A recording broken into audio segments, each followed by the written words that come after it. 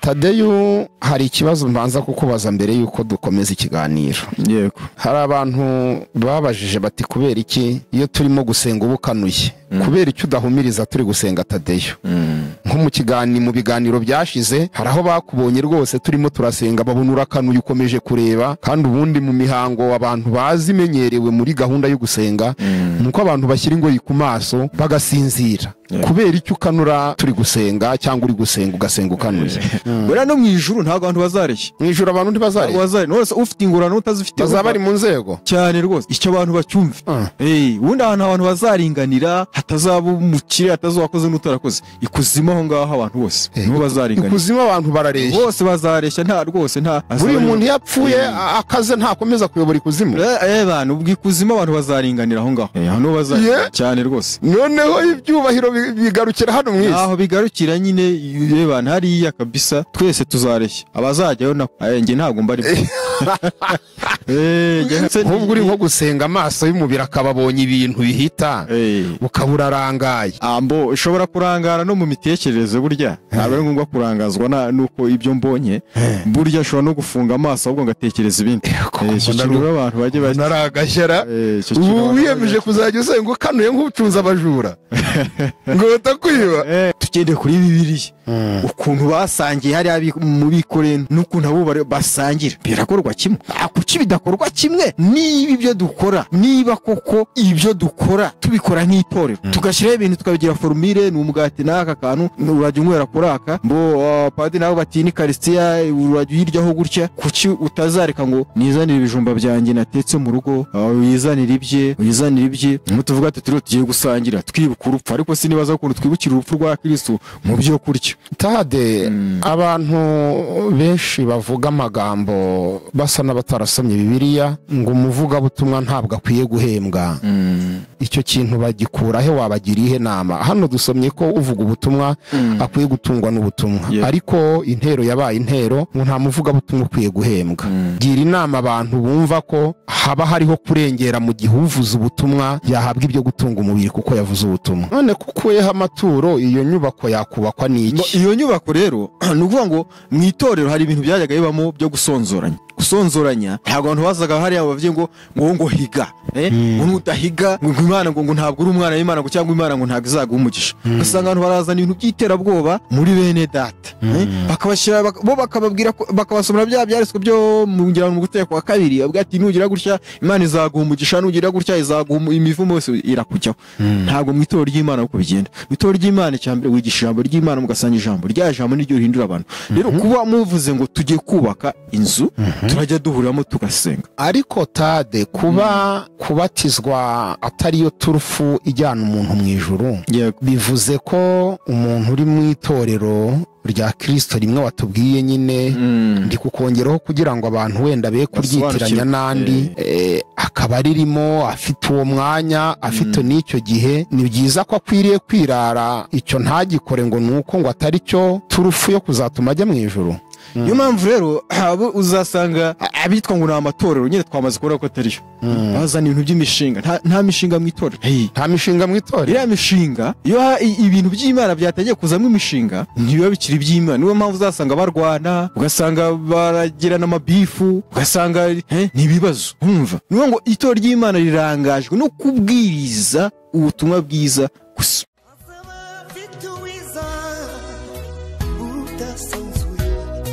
Azaba afite ingororano yo guhema buri wese, guhana n'imirimo yakoreye hano ku isi. Nawe nshuti yanjye aza kwambika ikamba. Amahoro nshuti zacu, ndabasuhuje. Nizere ko mumeze neza mwese bakunzi bacu kuri izi kamera zacu, twebwe kandi namwe tuzisangiye, zinyuraho ubutumwa bwiza umunsi ku munsi bw'ubwami bw'Imana. Nicyo tugendereye, nuko abantu bamenya ukuri. Yohana 8:1-3:2, nuko Yesu abwira abayuda bamwemeye ati muzamenya ukuri kandi ukuri niko kuzababatura. Intego ya Kristo nuko abantu bamenya ukuri. Tubibutse ko iyo umuntu ataramenya ukuri aba ari imbata.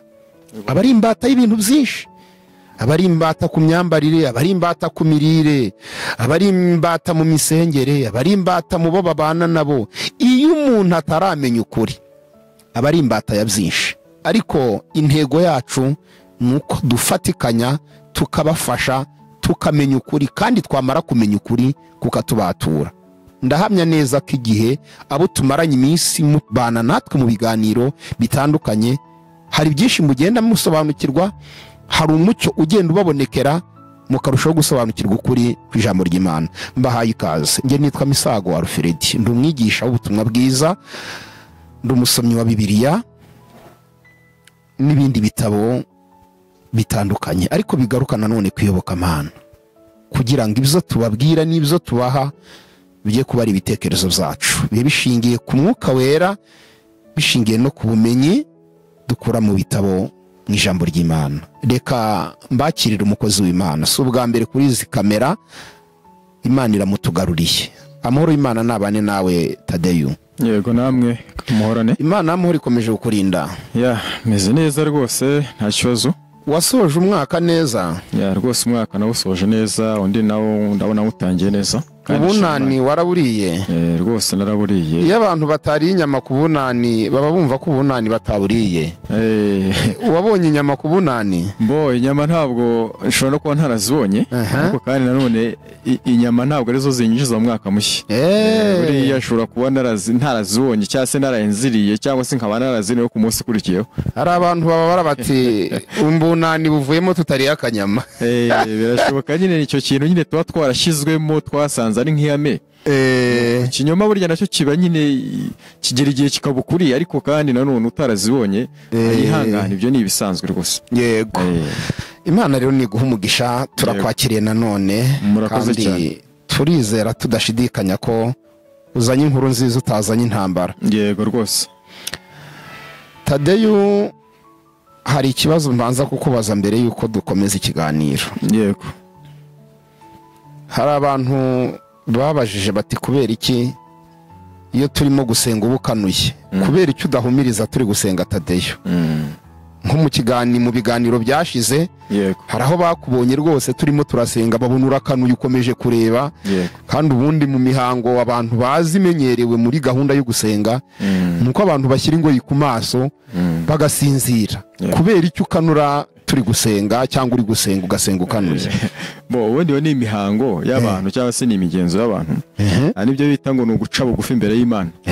Ubundi guca bugufi imbere y'Imana buri muntu wese burya abifata uko yashobora kubifata bitewe n'umuco n'akarere, ariko ubundi guca bugufi no guhumiriza ibyo byakabereye mu mutima wanjye. Kuba rero ngo ndafunze amaso rwose ibyo ngibyo uhumirije mu mutima cyane rwose. Ariko Tade, kwa amaso y'umubiri agira ibiyarangaza cyane, nk'ubwo uri nko gusenga amaso y'umubiri akababonye ibintu bihita ukabura arangaye. Ambo ushobora kurangara no mu mitekerereze, burya ntabwo ari ngombwa kurangazwa nuko ibyo mbonye, burya ashobora no gufunga amaso ahubwo ngatekereza ibindi. Abantu bajye naragashyara ubu wiyemeje kuzajya usenga ukanuye nk'ucunze abajura ngo batakwiba. Ntabwo ibyo nyine ni imitekerereze ya kimuntu mu by'ukuri. Abantu bavuga byinshi bitandukanye, ariko burya icy'ingenzi ni mu mutima. Icy'ingenzi ni mu mutima. Ariko nahumirije ntacyo bitwaye rwose, guhumiriza kudahumiriza rwose. Ngaho uyu munsi dusengera uruhumirije, babone ko no guhumiriza ubizi. Dusengera Imana tubone kwinjira mu kiganiro. Reka mbikore kubera ko ariko babishaka, ariko kandi babone ko nabyo ubizi. Yes, Mana data turagushimiye ku bw'aka kanya turi aha ngaha, abo turi imbere y'abantu benshi, n'abantu benshi bakeneye kumenya no gusobanukirwa iby'ubuntu bwawe. Nyagasani, hari ibintu byinshi twagiye tubwirwa tukabifata nyine nk'ukuri, ariko rimwe na rimwe twaza gusoma ijambo ryawe tugasanga si ukuri. Rero iyo tubisobanurira abantu usanga abantu batabasha kubyumva neza kubera ibyo bamenyerejwe kubwirwa. Rero Nyagasani, aka kanya turi aha ngaha tugiye kuganira ku itorero ndetse n'ibikorerwa mu itorero. Ndabizi neza ko bigiye gucerenjinga abantu benshi, cyangwa se bigiye kuzana urujijo mu bantu, ariko ndabasaba kugira ngo baze kumva batega amatwi ijambo ryawe, kandi nawe ndakwiyambaje kugira ngo ibyo nza kuvugira aha ngaha ntibibe ibyanjye, ahubwo bibe ibyawe, kugira ngo twese tuze kubasha gusobanukirwa, ari ngewe uvuga ndetse n'abumva. Nyagasani rero ugiye gutanga ikiganiro, ubane natwe nk'uko bisanzwe kuva dutangira kugera dusoje, kandi nkweretse n'uwo tugiye gusangira ikiganiro ahangaha n'umuyobozi, ndetse nkweretse n'abantu bose badukurikiye aho baherereye, ari abari kuri Iron TV ndetse n'abimukira TV, mwese mukomeze mugubwe neza kandi umwami akomeze abandi natwe mu izina rya ryera nsenze nizeye, amen. urakoze cyane bakunzi bacu, murabona ko Tadeni yabishatse asenga ahumirije, ntabwo byamunanira. Uyu munsi tuzaniye iki Tade? Uyu munsi rero ikintu nzanye nje kuvugaho ni ikintu kijyanye n'itorero ndetse n'imikorere y'itorero. Uje kutubwira itorero n'imikorere yaryo ndetse n'imikorere yaryo. Abantu benshi bavuga bati abara ni idini, aba ni itorero, twe turi itorero, aba ni idini, ariko kandi nanone hari icyo Bibiliya ivuga ku itorero ndetse ikanakivuga n'imikorere y'itorero. Iyo rero turebye itorero, ubundi itorero ni rimwe ku isi, ni itorero riri mu buryo bw'umwuka, ariko umutahiza mukuru ari we Yesu Kristo akaba urihagarariye. Ni ukuvuga ngo uwo niwe mutwe w'itorero, niwe uhagarariye itorero. Noneho rero hakabaho n'itorero ryo mu karere, itorero ry'abantu bashobora gusengera mu nce runaka, abantu bagahora ahantu runaka bakaganira, iryo niryo twita itorero ry'akarere. Ni ukuvuga ngo hari mu Rwanda, hari muri Kongo, hari hanze, abo ngabo bose iyo bahuriye hamwe, ni ukuvuga ngo abo nibo bagize wa mubiri wa Kristo. Kristo rero akaba umutwe w'itorero, akaba umuyobozi w'itorero. Nicyo rero kinzanye ahangaha nje kukiganiriza abantu kugira ngo babashe gusobanukirwa nibyo nza kuvuga, ibyo tubuze kureba. Buri wese araza kumenya ngo ese ndi mu itorero cyangwa ndi mu idini. Kuvuga ku itorero ubutaha tuzavuga no ku idini, ariko ninza kuvuga iby'itorero ahangaha tugiye kuza kugenda tureba, buri muntu wese araza kumenya ahantu aherereye, niba koko ari mu itorero, niba ari mu itorero cyangwa se niba ari mu idini. Icyo kintu araza kukimenya. Reka twe kugutindira, yego, tangira uduha ubusobanuro bw'itorero, uraza no kugera ku mikorere y'itorero. Ndagira ngo ujye umfasha twihute n'ibyanditswe byinshi, kubera ko ibyacu turasoma kugira ngo abantu bashe gusobanukirwa. Imizingo tuba tuyitwaje. Ubanze unsomere mu Bakorinto ba mbere, Abakorinto ba mbere igice cya mbere n'umurongo wa 2, kugira ngo tubanze twumve itorero ubundi rigizwe n'abandi. Urwandiko rwa mbere rw'Abanyakorinto, Pawulo yandikiye Abikorinto mu gice cya mbere, igice ni icya mbere, umurongo wa mbere ndetse n'uwa 2. Pawulo wahamagariwe kuba intumwa ya Yesu Kristo nk'uko Imana yashatse, na Sositeni mwene data, turabandikiye mwebwe abo mu itorero ry'Imana ry'i Korinto, mwerejwe muri Kristo Yesu, kandi bahamagariwe kuba bera, hamwe n'abantu bose bambariza hose izina ry'umwami wacu Yesu Kristo, ariyo mwami wabo n'uwacu. Muri itorero ry'abaki, ry'abera, n'abahamagariwe kuba baki, abera. Urumva ni itorero ry'abera, sibyo? Uvuga ngo itorero rero rigizwe n'abandi, ngo itorero rigizwe n'abana b'Imana abera, kandi ngo bahamagariwe kuba abera. Yes, ni ngo icyo nicyo cya mbere. Itorero nabo ngabo nyine namaze kuvuga ngo Kristo niba hagarariye. Ni ngo iryo torero rero aho riri hose, abera aho bari hose ku isi, ari abari mu Rwanda no hanze nk'uko nabivuze, abo ngabo nibo bagize itorero, nibo bagize Kristo. Kristo akaba umutwe, berejwe muri Kristo Yesu, berejwe muri Kristo, bahamagarirwa kuba bera. Uvuga ngo abo ni abera, ni abakiranutsi, ni abana be, kandi ngo bambariza hose izina ry'umwami wacu Yesu Kristo hose. Abo ni itorero, iryo torero ubundi iryo ngiryo, nta yandi mazina azamo, nta yandi, ni itorero, ni iryo. Nta byo kuvuga ngo Gatolika ni urugero, Adventiste n'andi. Iryo ni ryo torero ubundi rimwe ryaho ngaho. Iryo ni ryo Kristo abereye umuyobozi. Hanyuma rero turavuga ati reka twongere dusome mu Befeso. Ndashaka kugaragaza neza uburyo itorero noneho itorero tumaze kubona abarihuje, no riragendera kuki. Nuvuga ngo itorero rigendera ku byo Kristo yakoze, ntabwo rigendera ku byo bakora. Rero umfashe n'ubundi usomere mu Befeso ibice 2 umurongo wa 8 n'uwa 10, none tubone gukomeza neza. Abaefeso igice cya 2 umurongo wa 8, mwakijijwe n'ubuntu kubwo kwizera, ntibyavuye kuri mwe, ahubwo ni impano y'Imana, ntibyavuye ku mirimo, kugira ngo hatagira umuntu wirarira, kuko turabo yaremye ituremeye imirimo myiza muri Kristo Yesu, iyi Imana yiteguriye kera kugira ngo tuyigenderemo. Urumva ngo mwakijwe n'ubuntu kubwo kwizera, ntabwo byavuye kuri mwebwe, ni impano y'Imana, ngo nta nubwo biva ku mirimo mukora, kugira ngo atazagira uwirarira. Rero itorero riteranye ntabwo rirata ibyo rikora, ahubwo rirata ibyo Kristo yabikoreye, nta nubwo rirata imirimo rikora, ahubwo ngo hari ibyo Kristo yabikoreye, iyo mirimo yabakoreye ngo ni nabo bagize gute, niyo bagenderamo. Noneho itorero rigendeye kuri icyo, nabera berejwe muri Kristo, bakorewe na Kristo, bo batakora ahubwo barakorewe, bakagendera mu ki, bakagendera muri iyo mirimo noneho Kristo yagize gute, yabakoreye. No ni imirimo yakozwe na Kristo ahubwo abantu bakayigenderamo, bo niyo bagenderamo, nkuko umuntu agendera muri bisi cyane rwose. Hari umushoferi ugutwaye aho ngaho, urumva ngo imirimo yanyu ngo ntibyavuye no ku mirimo yawe, ejo utazirata, ejo utazagera Nyabugogo ugiye mu modoka ngo ninjye wari uyitwaye. Hari umushoferi wari uri aho ngaho ugutwaye.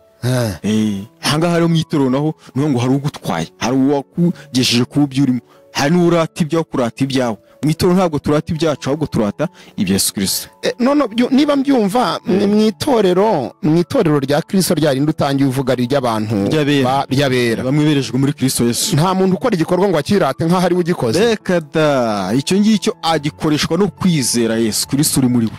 None hanze aha ko mbona abantu bagenda bagaragaza barata ibintu baba bakoze, dusanzwe dufite amavuta adasanzwe, ibitangaza turi kubikora, ibintu birimo birahinduka, turi guhesha abantu urubyaro, turi guhesha abantu amazu, turi guhesha abantu abagore bari baragumiwe.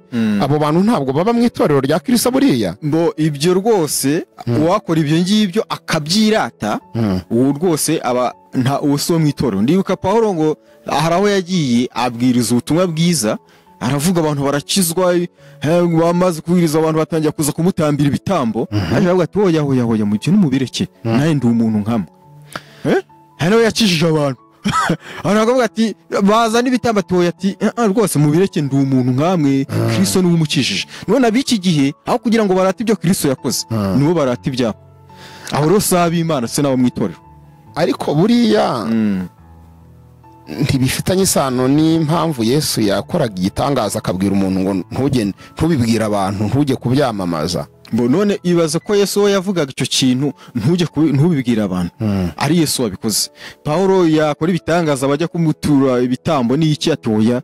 Noneho wibaza w'iki gihe we ukiza umuntu akirirwa byamamaza, akazana kamera mu gafotora, agashaka ibintu byose bijya ku karubanda, agahamagara abantu n'iki ngo muze. Ntabwo ibyo ngibyo Yesu yari yabikoze, nta nubwo n'intumwa zakoze ibyo ngibyo.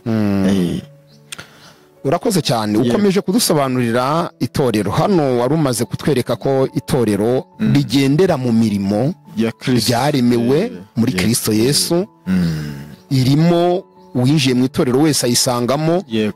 Ntabwo ari we ubuyizanye, rwose ntabwo ari we ubuyizanye. None ko bizarangira Imana igahindukira ihemba abantu bakoze imirimo myiza, mu yandi magambo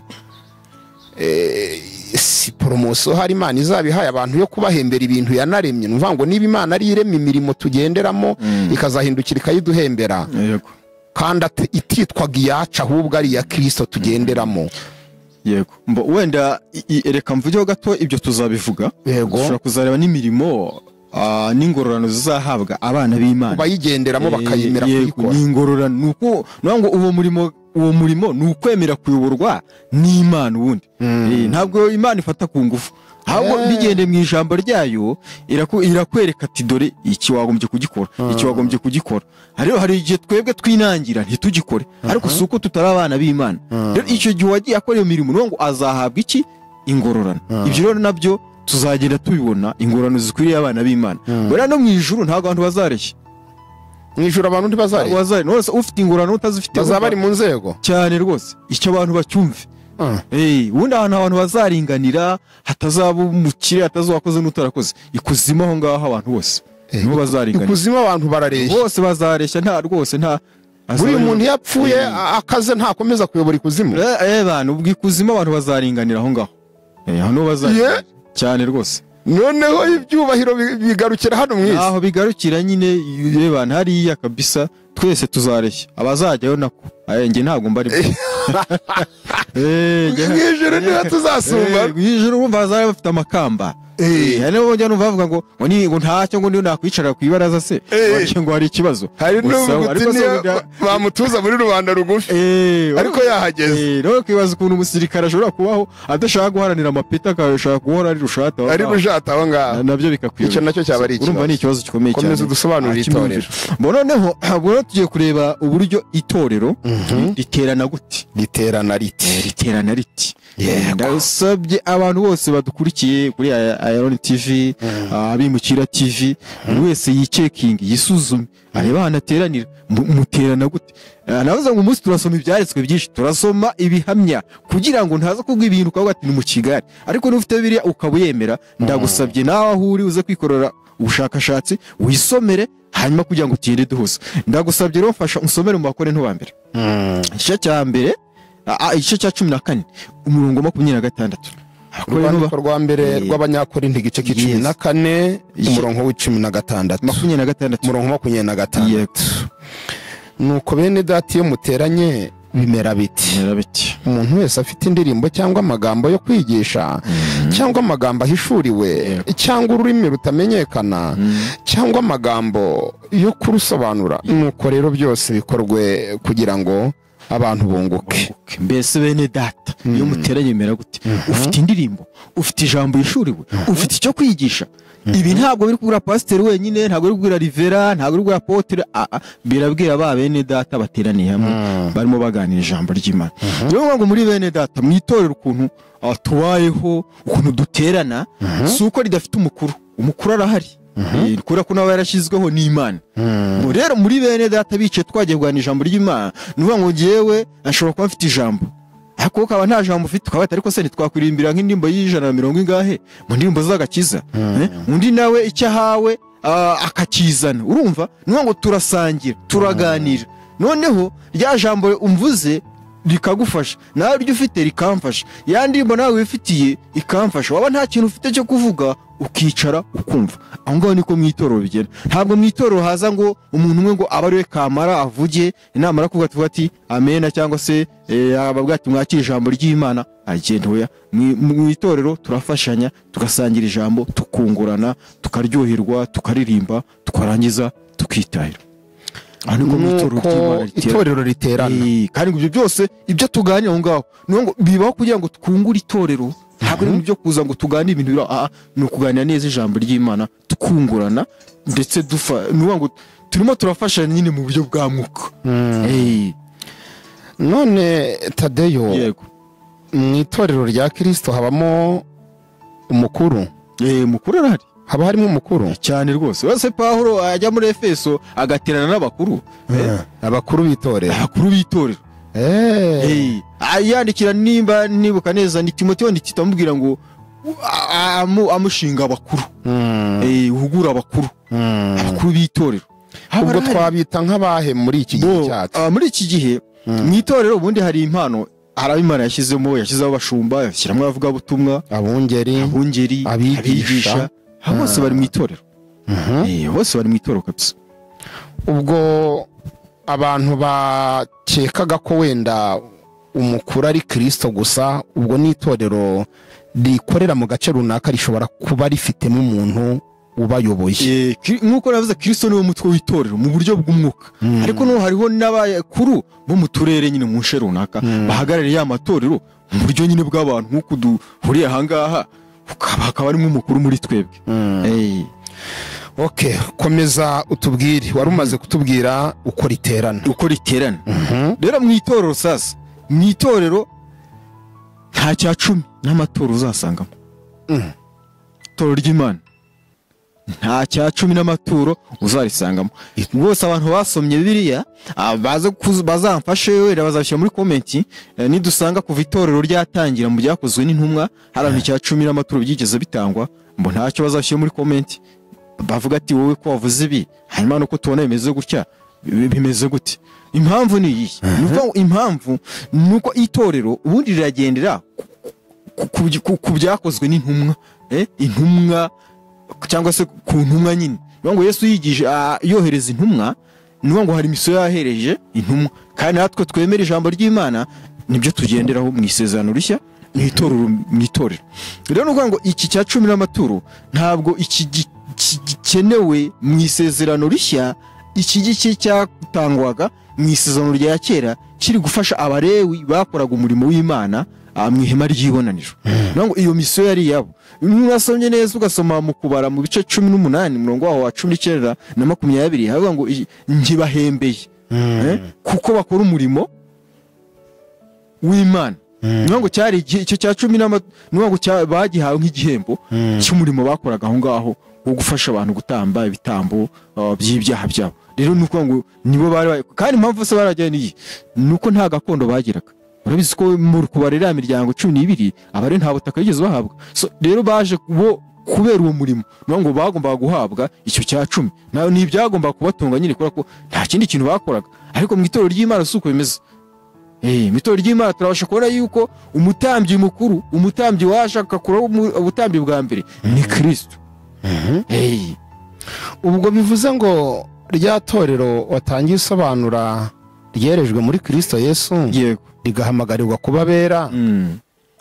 Iyo riteranye ntabwo bagomba gutanga icya 10 n'amaturo. Ibyo rwose cyaba ari ikizira mu itorero. None iri torero rishobora kugira urusengero aho riteranira? Iri torero reka mbivugeho neza kubera ko kabisa hari abantu bavuga bati ubisobanura nta baporo nta nsengero bagiraga, ati natwe ntabwo ari ngombwa ko tugira insengero. Uko ni ukutamenya no kudasobanukirwa ijambo ry'Imana. None se aho twahurira hose cyandatangira mu buryo bworoshye. Dushobora guhura hano turi 5, 6, 10 byaterwa nuko tungana. Dushobora guhura ahantu turi abantu 100, 200. Dushobora guhura ahantu turi abantu 1000. Rero kuba twagira iyo nzu yo guhuriramo tugasangira ijambo ry'Imana, icyo rwose ntabwo ari ikibazo. Kuki se tutabona ubwo bushobozi tugize amahirwe tukabona ahantu duhurira tukagira iyo nyubako tukayiburamo tukaganira, kubera iki tutahura ngo tugane ijambo ry'Imana? None kukuyeho amaturo iyo nyubako yakubakwa n'iki? Iyo nyubako rero ni ukuvuga ngo mu itorero hari ibintu byajyaga bibamo byo gusonzoranya. Gusonzoranya ntabwo abantu bazaga hariya bavuye ngo higa, ngo utahiga, ngo Imana ngo ntabwo uri umwana w'Imana cyangwa Imana ngo ntabwo izaguha umugisha. Ugasanga abantu barazana ibintu by'iterabwoba muri bene data, bakabashyira bo bakababwira bakabasomera bya byaritswe byo mu ngirano mu guteka kwa kabiri, bavuga ati nugira gutya Imana izaguha umugisha, nugira gutya izaguha imivumo yose irakujyaho. Ntabwo mu itorero ry'Imana uko bigenda. Mu itorero ry'Imana cyambere wigisha ijambo ry'Imana mugasanga ijambo niryo rihindura abantu. Rero kuba muvuze ngo tujye kubaka inzu turajya duhuriramo tugasenga, abo bantu icyo kintu babasha kucyumva vuba, kubera ko ntawakufuza kuba ahantu wenda aterana imigeri na leta. Nta muntu wakuvuza kuba ahantu wenda nawe hatamushimishije. Ubwo rero kuvuga ati iki kintu mureka twishare tukiganireho, itorero bene data icyo ngicyo bacyumva vuba, umuntu agatanga uko yifite. Rero niyo byafata imyaka 10, ikibazo kiba hanze mu madini nuko bazana ibintu by'iterabwoba no gushaka gukora ibintu vuba, biruka bagashyira abantu ubwo bakagira gute, n'utanze nko yagatanganya wa mutima ukunda agatangana ubwo. Rero mu itorero nuko ngo iyo nzu yakubakwa rwose abantu bagatanga uko bifite gake gake kugeza igihe y'amafaranga azabonekera, bakabahura kubaka ahantu bakahurira rwose bagatira. Ariko icyo ntabwo kiswe icya 10, ntabwo kiswe amaturo, ahubwo basonzoranyije bakura umupangu wo kugira ngo bajye bahurira hamwe baterana. Muri bya bihe babamo byo guterana, ko hari abantu hatabura utubazo, abantu bashobora kugira utubazo, bashobora kuboneka mwafite ibibazo mu buzima bwa buri munsi. None niba nta maturo atangwa, ibyo bibazo byakemurwa bite? Ibibazo ntabwo bikemurwa n'amaturo. Ubundi kandi nta n'umwana ujya gutura se. Burya ibyo wajya remba ngo ibyo ntunze byose ni ibyawe. Burya ibyo ufite nk'umwana burya bari ibyaso. Nubwo wagera ukamwirenga nyine aho n'abantu, burya abantu dufite uko tubaho, ariko burya ngo ibyo dutunze byose ni iby'Imana. Rero kujya guhigira Imana cyangwa se kujya ngo ngiye gutura Imana, nabyo ntabwo ari byiza, ahubwo ni ugukora mu byo yampaye, ngakora mu byayo, ngakora umurimo wayo. Rero niba habayeho ibibazo muri bene data, ni ukuvuga mwene data ashobora kuba agize ikibazo, ashobora kuba apfushije umuntu. Mwene data ashobora kuba arwaye ariko wa muganga yabuze ikimufasha. nuko ngo ibyo bintu bavugirwa mu itorero tuvuge tuti mwene data dore bimeze gutya mureke twikusanye hanyuma turi icyo twagenera mwene data ararwaye afite ibibazo runaka amafaranga ateranyirizwa aho ngaho cyangwa ukavuga ati umunsi wenda ntabwo mwiteguye ariko ku cyumweru umuntu azabizirikane uzabona 1000 uzabona 500 uzabona 200 azazane ariko duteranye dufashe mwene data ibyo rwose ni ibintu bikorwa abantu bagateranya umuntu bakamufasha ariko bitiswa amaturo bikarangira ngo bitiswa amaturo ibyo ngibyo ibyo rwose ni ibyo ngibyo aho rero naho urakoze ubwo aho watubwiraga ku kigendanye n'imirimo ikorerwamo imbere igendanye n'amaturo yego ubwo tubwiye ko bitakabaye byitwa icya 10 n'amaturo ubwo byakabaye byitwa gusonza yego gusonzanyiriza komeza tubwire rero imikorere y'itorero ikindi nashaka kuvuga ni iki nanone ni ukuvuga ngo hari ibintu bijyanye no kubatizwa kubatizwa mu mazi itorero se ntiribatiza bijyanye no kubatizwa ahubwo itorero ribatiza ndi ese ndi mu itorero ngapfa ntabatijwe ntarimbuka cyane aho ntabwo mbyemera ejo nagiye gushyingura umwana w'umuvandimwe yari umwana mutoya birangira bavuze bati nta musaraba turuze kumushyiraho turumva ati ntabwo yabatijwe ariko ni umuvandimwe umwana w'umuvandimwe kandi nagombaga kubigiramo uruhare nagombaga no gufata umwanzuro nababwiye nti iyo ni imyizerere yanyu ntabwo ari imyizerere yanjye n'uyu mwana muvuga ndabizi ko icyaha cye cy'inkomoko Yesu yagikuyeho iki yaragipfiriye rero singiye kumurata ngo yakoze ibyiza cyane nta bibi yakoze bimwe muvuga ngo nibyo byara abantu mu ijuru ntabwo yagiye mu ijuru kubera yuko hari ibyo yakoze yagomba kuba yarakoze iki cyaha cy'inkomoko Yesu yashyizeho iyo turebye yagiciriye iteka ibyo biri mu Baroma 18 n'umurongo wa 3 kandi rero uyu mwana nje ntacyo mushinja niyo mpamvu ngomba kuzara umusaraba hano mukamushyiraho bigaragaza ko ikimenyetso nyine cya Yesu Kristo yapfuye akazukana nawe banze kumushyiraho umusaraba ngo ntiyabatijwe oya nta ibyo ntago byari ibyaba ariko nkanjye ntago byari gukunda urarenga umushyiraho cyane rwose bagomba ushyira umusaraba ku muntu utarabatijwe ndakubwira impamvu rero y'ibyo ngibyo yego yitwa tuze ati abantu benshi bazi ko ngo iyo umuntu atabatijwe iyo umuntu ngo atabatijwe atajya mu ijuru niyo mpamvu usanga ibintu niyo abantu umuntu ashobora gupfa yagera ku irimbi ugasanga bizanye ibibazo ati sarashyingurwa nande ati ko atabatijwe ko atari umwizera ugasanga bizanye icyo kibaza kwiri mwe muraburanira umurambo tugusa hari n'abajya mu idini ngo bazabona babashyingura ibyo bintu umurambo tungo ngo azashyingurwa nande se mbo nuvuga ngo mu itorero ry'Imana nuko nabivuze bavuze ngo nuko ni urwunge rw'abatagatifu cyane se nabera kagureshe izo mvugo zombi no kugira zumvikana rwo mu katolika ashobora kubyumva bavuze ngo ni iteraniro cyane se ni urwunge rw'abatagatifu ibyo ni ibintu byumvikana rero nuvuga ngo mu itorero ntabwo iki torero ryibandaho na Paul avuze ngo sinazanywe no kubatiza ntabwo naza no kubwiriza ubutumwa bwiza rero mu itorero habanza kubwirizwa ubutumwa bwiza abantu bakakira Yesu Kristo bakakira Kristo nk'umwami n'umukiza mu buzima bwabo ariko ntabwo ari wa Kristo abantu bakira nkaho ari agafuka kakawunga bari kubahereza cyangwa agafuka k'umuceri bakuvuga ngo akira ati ndamwakira ubwirwa ijambo ry'Imana ukihana ukizera amara kwizera amara kumenya neza icyo wakorewe aho ngaho mu burenganzira bwawe niho uvuga ngo none ngiye kubihamya ngiye kubihamiriza Satani ngiye no kwereka abantu noneho ko ibyo nizeye ari ukuri buriya kera abantu babatizwa mu isezerano rishya cyangwa se mu itorero buriya ho kubera ko banatotizwaga cyane nuvuga ngo uyu muntu yajyaga kwemera kubatizwa yebana yabaga ari kwiyanga burundu kubera iki ngo ni ikintu baba gukoze kiba abayuda batemeraga batakundaga no kugaragaza neza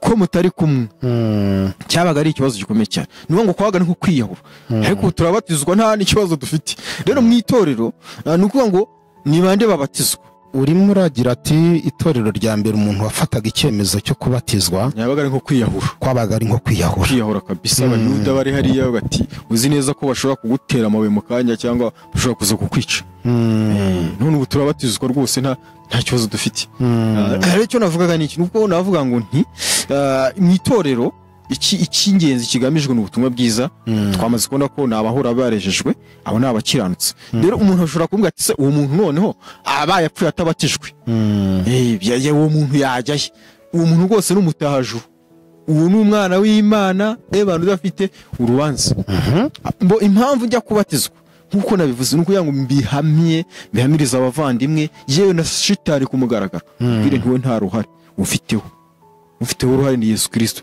ibyo nkabikora mu buryo n'ubuhamya n'ubuhamya mbampamije aho ngaho ariko niyo ntabatizwa ndabizi neza ko ijuru rirahari nk'urugero aha ngaha ni ari inkone mu Ethiopia inkone mu Ethiopia ushobora kunsomera mu byakozwe n'intumwa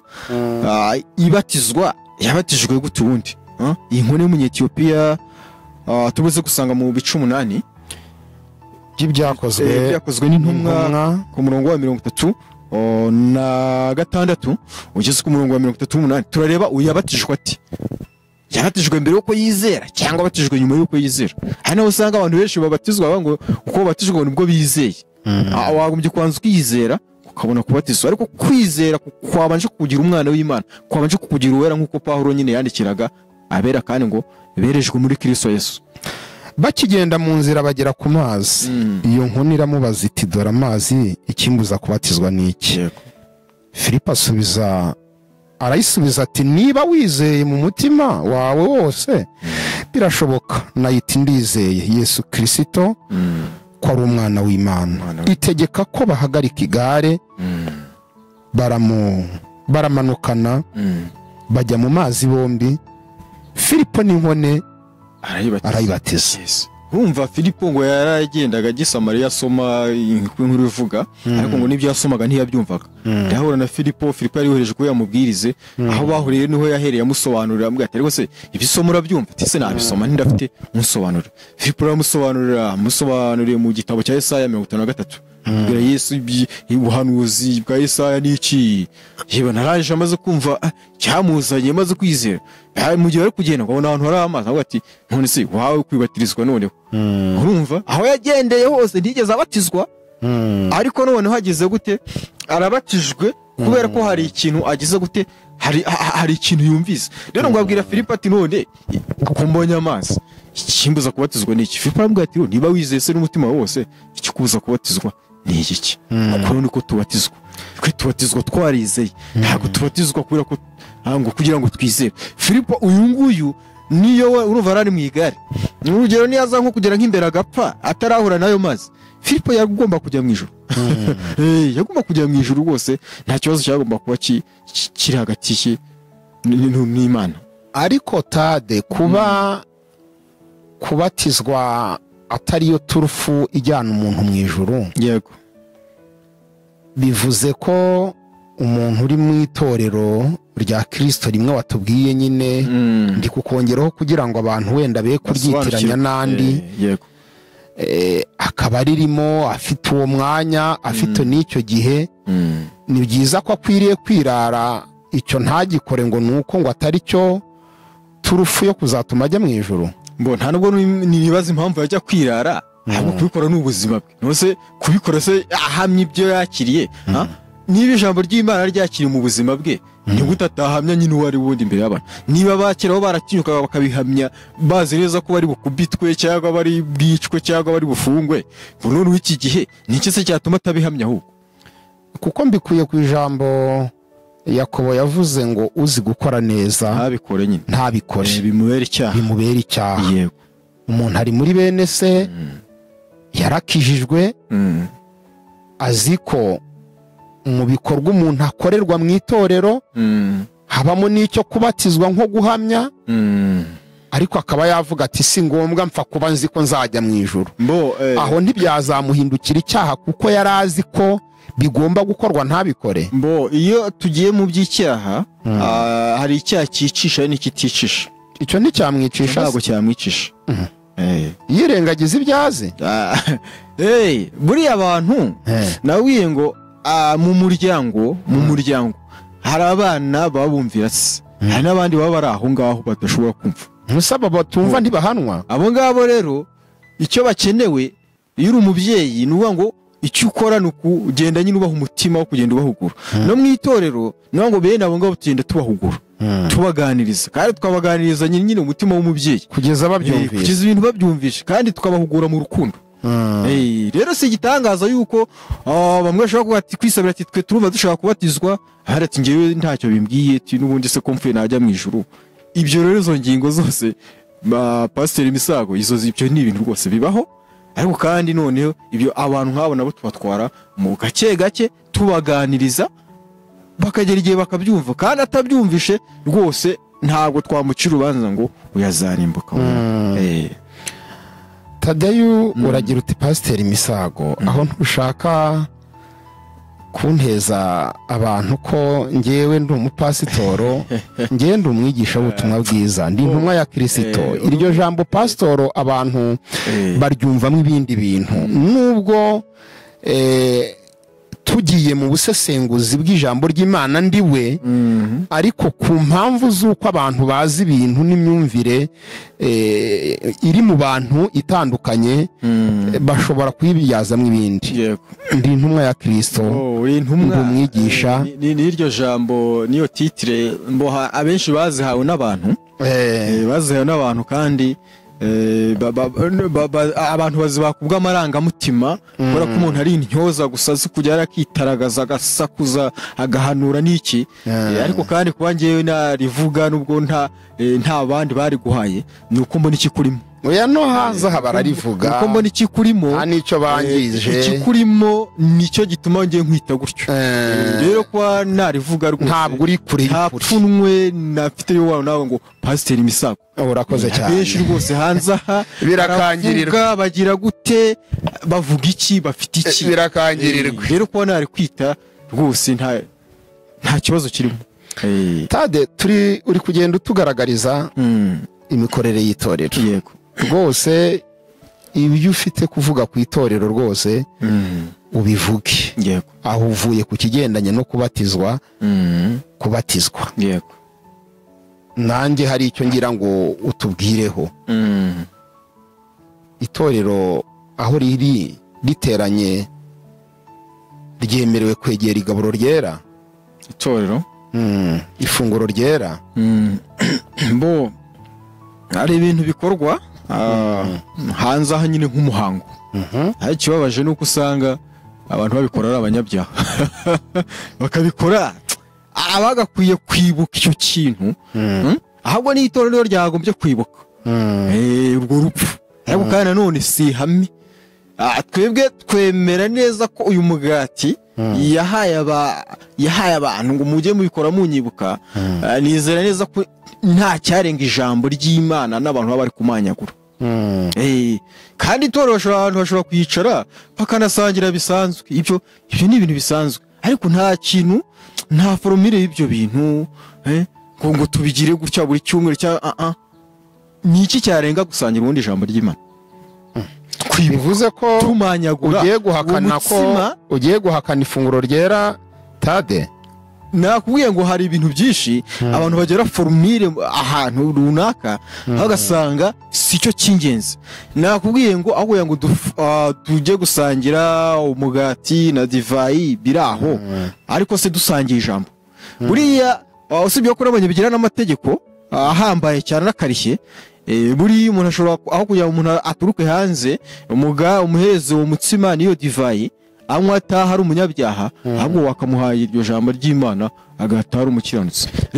Ikibazo wenda nuko kuba abantu babirya ari abanyabyaha, ariko abera bejejwe batunganijwe, ntekereza ko nta kibazo cyo kuba bakicara bakegera ameza y'umwami bakibuka umwami wabo. Abantu bashobora kwicara rimwe bagasangira bakaganira, ku wundi ngiye kwibuka kwanjye cyangwa se kwibuka ku bana b'Imana si ikintu bakwibutsa buri munsi, ni ibintu twe biduhora mu mutima, ni ubuzima bwacu. Ntabwo ndamenya uruhande Tadeyo aherereyemo ku kigendanye n'ifunguro ryera, kuko uyu mwanya wiyemeje kutuganiriza ku itorero n'imibereho y'itorero, uko ribaho n'uko rikora.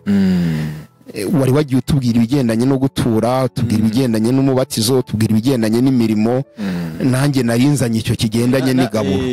N'abikoreye nto barasangiye, ahubwo imisangirire niyo cyo kibazo. Nyamara iyo bikoreye umwe yazanaga ibye undi akazana ibye, rero dore byageze n'igihe bamwe akavuye. Si ibintu byari byateguwe n'itorero bye ngo dore umugati hariya wakozwe gutya, dore divayi cyangwa se abarokore sinzi iyo bakoresha, ngo ndavuga ibyo naho nakunze kuba mbo abandi mbega urabibona. Noneho abangaba bikoreye nto bizaniraga ibiryo, ukazana ibiryo nanjye nkazana ibyanjye, noneho mu gusangira sasa harimo ngo n'ababiryaga mbere, ahandi bakabima abakene, ahandi nabwo Pawulo ati kweriya Pawulo abona nabyo ntakavuyo, abakene bakababarira. Ariko tugende ku igaburo ryabera hariya muri Korino, n'ibikorwa ubu ngubu, ubundi byo bikorwa kimwe. Tugende kuri Bibiliya, ukuntu basangiye hariya mu Korino n'ukuntu abo basangira birakorwa kimwe. Kuki bidakorwa kimwe? Niba ibyo dukora, niba koko ibyo dukora tubikora nk'itorero, tugashyiraho ibintu tukabigira formule, ni umugati n'aka kantu urajya unywera kuraka, mbo padiri nabo bati ni Karistia urajya uyiryaho gutya. Kuki utazareka ngo nizanire ibijumba byanjye natetse mu rugo, uyizanire ibye, tuvuga ati tugiye gusangira twibuka urupfu, ariko sinibaza ukuntu twibukira urupfu rwa Kristo mu byo kurya. Ariko Tade, ibijumba byabyara umukati, ibijumba bitaciye mu ruganda byabyara umukati, ibirayi byabyara umukati. Ko Yesu yamanyaguye umukati, uzanamwe ibijumba n'ibirayi ngo bigende bite. Navuze abangaba niba barizanira ibyo kurya byabo, bizana ibyo kurya bararyaga, ariko nyuma bakamanyagura n'umutsima. Twe tubona ko baricaraga bakarya, bamara kurya bakamanyagura imitsima. Bono iyo mitsima bamanyaguraga ubundi ntabwo nabihakanye, wenda atazo kugira n'unyumva akabyumva nabi, ariko nanze ibintu biri formule biraho. Ku cyumweru ni ifunguro cyangwa se ni rimwe mu kwezi, ushobora kuvuga ati ejo tuzicara dusangire twishimire ko Kristo yadukoreye. Ibyo ni ibisanzwe, ariko nta formule twebwe duha ibyo bintu. Icyo nemera kirenze kandi ngiranye n'umutsima nta cyarenga ijambo ry'Imana rwose. Yesu ati ninjye mutsima w'ubugingo. Nabyo yabwiraga abafarisayo n'abayuda ati ninjye mutsima wantu kini cyahera, umutsima wo atundya rwose. Umuntu n'umusazi. Yesu rafite icyo ashaka kwerekana. Iri jambo ry'Imana turya dusangira niryo riduhindukira, niryo riduhindukira imbaraga. Umugati nyine bavuga ko wateraga imbaraga, ari umugati ufite amateka. Mu mugati mu buryo busanzwe barakuvuga ufite amateka, ariko uyu yijyaga n'umugati, ariko bavuga ngo ijambo ry'Imana ni umutsima. Rero ijambo ry'Imana niryo ridukomeza. Tadeyo, rero tugenda tunasatira no kugera ku musozo. Yego, wari urimo utubwira iby'itorero ndetse n'imikorere yaryo. Yego, nshimye, hari byinshi nashimye. Wavuze ko itorero rishobora kugira ahantu ribarizwa, rikorera, bagahateranira rwose. Uvuga ko itorero rigira imirimo rigomba kugenderamo. Uvuga ko itorero rijya rinabatiza. Yego, ndetse ugaragaza n'abagomba kubatizwa abo ari bo. Yewe unavuze n'itorero ko abizera batunganijwe banegera n'ameza y'umwami cyane rwose. Hari ikindi wifuzaga kutubwira ku kigendanye n'itorero? Mbo ikindi nifuza kuvuga, undi imitorero ry'Imana nuko ngo misiyo irimo niyo kubwiriza ubutumwa bwiza. Nicyo gikenewe gusa, nta kindi. Abantu bagahuriza hamwe nk'umubiri wa Kristo babwiriza ubutumwa bwiza. Niyo mpamvu rero uzasanga abitwa ngo ni amatorero nyine twamaze kubona ko atariyo, bazana ibintu by'imishinga. Nta mishinga mu itorero. Nta mishinga mu itorero. Iriya mishinga, iyo ibintu by'Imana byatangiye kuzamo imishinga, ntibiba bikiri iby'Imana. Niyo mpamvu uzasanga barwana, ugasanga baragirana amabifu, ugasanga n'ibibazo. Umva, niyo ngo itorero ry'Imana rirangajwe no kubwiriza ubutumwa bwiza gusa. Tade, abantu nibataza n'imishinga ntibazakena. Mbo abundi saba kize ni bande? bazakena abakize bo ni bande niba badakize cyane bakora iyo mishinga urumva noneho nibayihagarika batazaba abahanya kuba abahanya ubundi iyo wahamagawe n'Imana ushatse waba n'umuhanya ko n'Imana iba yaguhamagaye ukaba umuhanya icyo kintu nagisobanura impamvu zo ngo waba n'umuhanya Imana yo yaguhamagaye igukoresha mu buryo ishaka. Ndibuka Yeremiya avuga ati Imana waranshutse ndashukika. Buriya se yari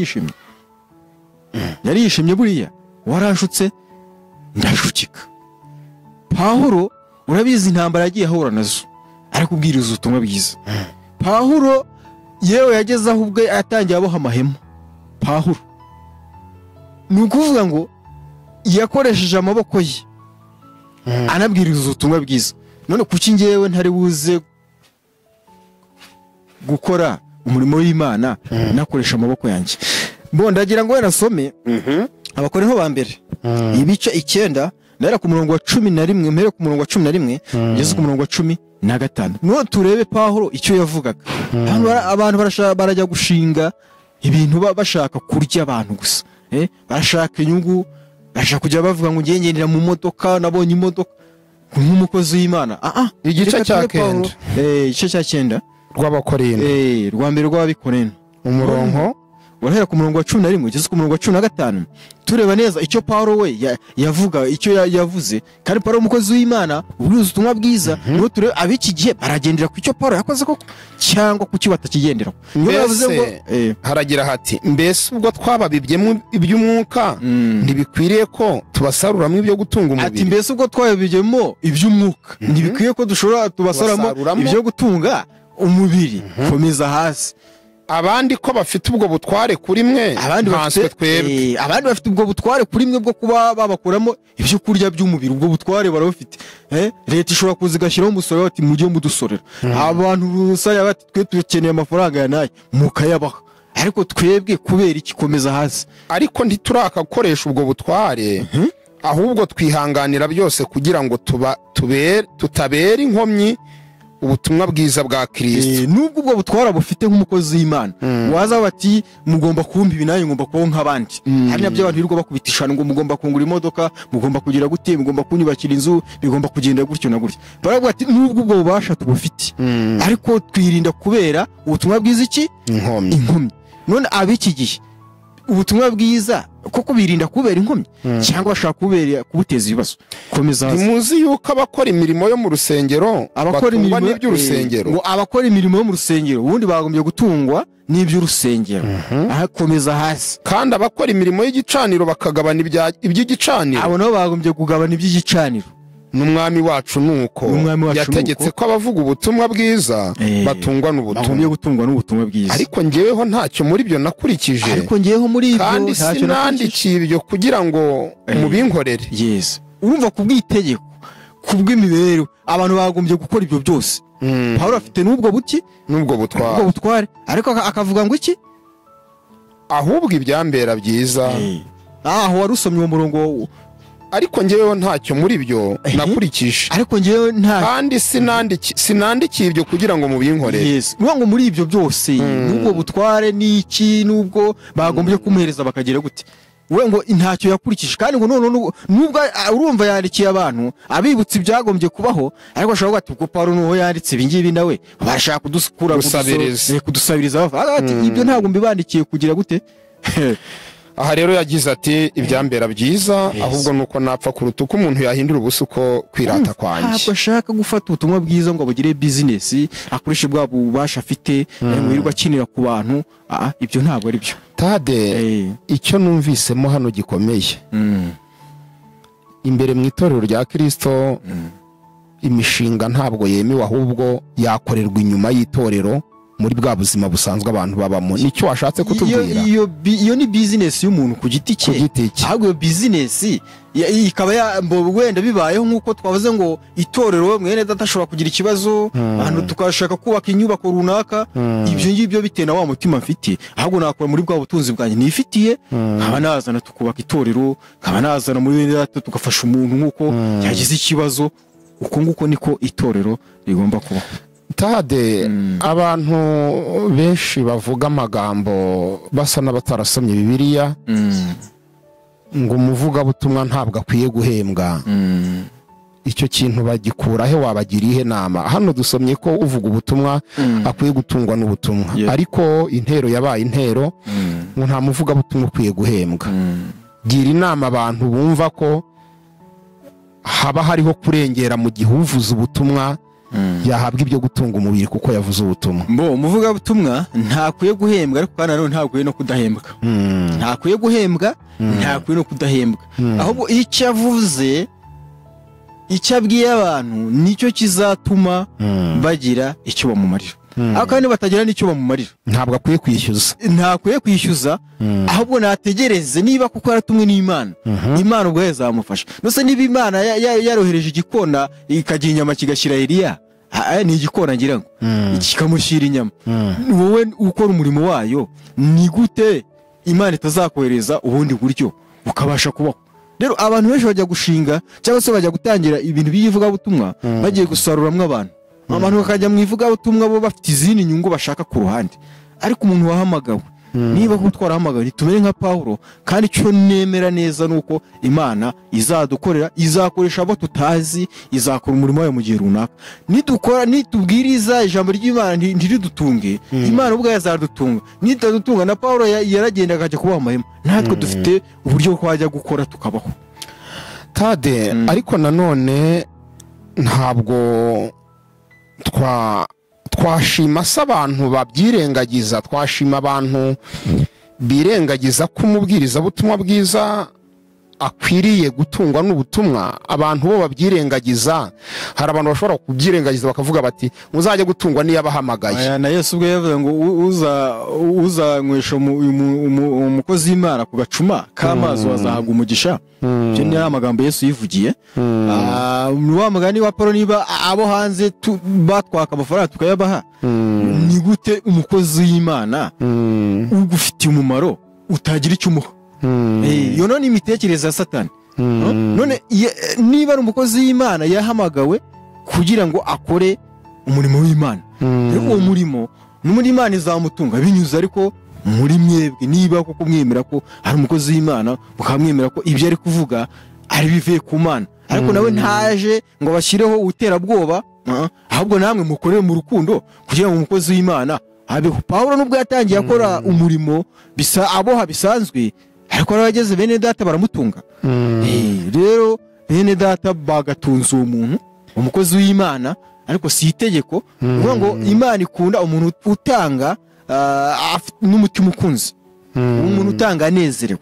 Rero wakira ijambo ryamaze kugeramo, niwe ushobora gutanga anezerewe kubera afite impamvu yo gutanga kwe. Ntatanzwe ari umuhase, ntatanze icya cumi n'amaturo, ntatanze kugira ngo ahabwe umugisha arawufite, ahubwo arimo aratanga nyine kugira ngo wa murimo w'Imana ukomeze ukorwe. Niyo mpamvu nuvuga ngo ufashije umuvugabutumwa n'Imana ari gufasha, n'umurimo nyine w'Imana kugira ngo wa murimo w'Imana ukomeze. Wenda gatoya hari ukuntu mu misoro rya kera, dore ikibazo cyabayeho Misago, urabona bari abarewe twavuze bakoraga mu nzu y'ibonaniro, mu ihema ry'ibonaniro.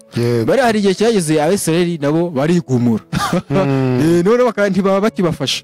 None igihe cyeze batabafashe, nabo bapfa mu nzu y'Imana, arigendera bajya gushakisha. Urumva n'icyabaye. Ndabyibuka ko mu gihe Nehemiya yari ari gutunganya Yerusalemu, no mu bikorwa yakoze hari harimo kongera gushyiraho itegeko rigarura amaturo afasha abakozi b'Imana muri kiriya gihe mu rusengero, kuko bari baragiye, barongera agarura abaririmbyi, arongera agarura abatambyi, bari baragiye bahunze inzara. Niyo mpamvu wene umunsi tuzareba ku cya cumi n'amaturo byimbitse, tuzareba neza kwa kiriya cyaritswe kiri muri Maraki. Buriya hari impamvu. Murabe mubyumva rero inshuti zacu, ntimwicisha abavugabutumwa inzara, ababwirizabutumwa mwe kubicisha inzara. Nibo bagaburira ubutumwa bwiza, ariko namwe mubikore mubikunze, mubagurira amazi, mubahe icyo kurya, mubahe n'imyambaro, nta mategeko abihana. Ijambo ryatubwiye ngo ntibikwiriye ko tubabwiriza iby'umwuka namwe mukaduha ibyo gutunga umubiri. Ariko ntabwo ari itegeko, niko Paulo yavuze ngo ntabwo mbivugiye kugira ngo mubinkorere, ariko kandi binakozwe nta kosa ribirimo. Tade turagushimiye, yego Imana iguha umugisha ku kiganiro cyiza tugejejeho kigendanye n'itorero ndetse n'imikorere yaryo. Reka n'ubundi mu gusoza utange kontakte zawe. mbo n'ubutaha no twaba tuzareba imikorere y'idini. Ubwo uyu munsi twavuze ku itorero, tuvuze ku itorero, ubutaha ni idini. ubutaha no tuzavuga ku idini. Twari twabonye neza ko itorero ni urwunge rw'abatagatifu cyangwa se ni ihuriro ry'abera ry'abatagatifu. abatagatifu. Ariko Tade mu masegonda make umuntu aba umutagatifu atarapfa cyane rwose. Ahubwo se wa mutagatifu warapfuye, ubwo wabo umutagatifu yaba yarapfuye. ubu hariho abatagatifu bagihumeka rwose turahari. nawe suri we aba cyane rwose. uri umutagatifu rwose ndagira kwijana. Ari umutagatifu ntabwo nge nabarirwa mu itorero. Ndiyo nduwera ndi umutagatifu. Niyo mpamvu nanjye mpamya ngo ndi mu itorero ry'Imana. hari n'abandi bagezi b'abatagatifu uwerejwe muri Kristo wese uzatuzanira abandi batagatifu akaba ari umwana w'Imana, akaba yihamya ko ari uwera, uwo ni umutagatifu. abizihiza abatagatifu bapfuye biriya byo ni ibindi ntukanabivuge, biriya ntibinabaho. Urumva mu Rwanda ngo bari bagiye gushyiraho umutagatifu. Hari umuntu uzwi cyane ngo wapfuye bari bagiye kugira umutagatifu, ariko ni ku bikorwa we yakoze nyine. Naza nkara ati Pastor Misago yagiye akora ibi nibi, yakoze ibi nibi, reka mugire umutagatifu. Rero njye ndareba iby'inyuma, sindeba ibyiri mu mutima. Ariko haza kuzamwe akantu ngo basanga ngo yari afite undi mugore. Akora ko kaba muri rubanda bose barabizi, kandi nta mutagatifu kugira abagore babiri bakaza ari akandi kantu ka. Rero ngewe ntabwo natagatifujwe n'abantu, ahubwo Imana niyo nabatagatifujwe binyuze muri Kristo Yesu. Yesu naguha umugisha. Ngaho utanga kontakte zawe, ibyo bintu uzajya kubisobanurira abantu inyuma ya mikoro y'uburyo wabaye mutagatifu gihumeka. Yego bo nimero yanjye ni 0788 36 64 15 0788 36 64 15. Turagushimiye mutagatifu Tadeyo. Yego ni ukuri uko Yesu azagenda atinda kugaruka tuzagenda tumenya byinshi. Dore tubonye n'abatagatifu bagikanuye bagihumeka rwose, nibyo tutarabona tuzabibona. Bakunzi bacu tubana umunsi ku munsi mu biganiro byacu, reka tubashimire. Mwakoze cyane ku musanzu wanyu mu kumva ijambo ry'Imana, ariko natwe tubasaba umusanzu wo kudushyigikira muri iri vugabutumwa dukora. Kandi kudushyigikira ni mu buryo bwinshi. Wadushyigikira mu buryo bw'ubushobozi, ariko wanadushyigikira ugeze ubu butumwa kure. Niba ubutumwa bukugezeho wabusharinze inshuti zawe, icyo umenya ukakimenyesha n'abandi. Wakoze subscribe ko nta yandi mayinite biri bugutware, ko ari ibisanzwe, nta kiri buze kwiyongeraho ku kigendanye n'amamega bagukonsoma. Aburi ahangaha Misago ni naho Satani ajya afatira abantu. Gusa umuntu yarebye ibintu byinshi bidafite umumaro, ariko kuba ibintu by'inyungu bimwunguye, kuba subscribe yonyine nuko asangira munaniye kweri. Like yonyine ahantu urambika urutoki gusa kakishyiraho bikaba biramunaniye. Iyo mitekerereze n'imyumvire Imana idufashe ihinduke. Niba tuvuga ko turi abana b'Imana, ari twemera ibyivuga butumwa, nimureke ibyo bintu tubikora. Kandi umurimo w'Imana ni twizere ko inshuti zacu murabikora ndetse n'abandi mwabikoze. Kandi Yesu arabaha umugisha. Ndi Misago Ruferedi, ndabashimiye. Nimugire ibihe byiza, mugire impagarike n'ubugingo. Imana ibaha amafaranga mutaziheba, Imana ibaha ubutunzi, Imana ibahe kugubwa neza, Imana ibahe gushikama. Tadeyo nawe turagushimiye, murakoze cyane. Imana ikomeze gusure kugira ngo ubutaha uzabone n'ibindi byo kuduha. Amen. Shalom, amoro Imana bane namwe. Azatujyana muri amazu meza yaduteguriye, nitugerayo tuzahora turiri, zaba kumwe na Eliya, zaba kumwe na Abrahamu.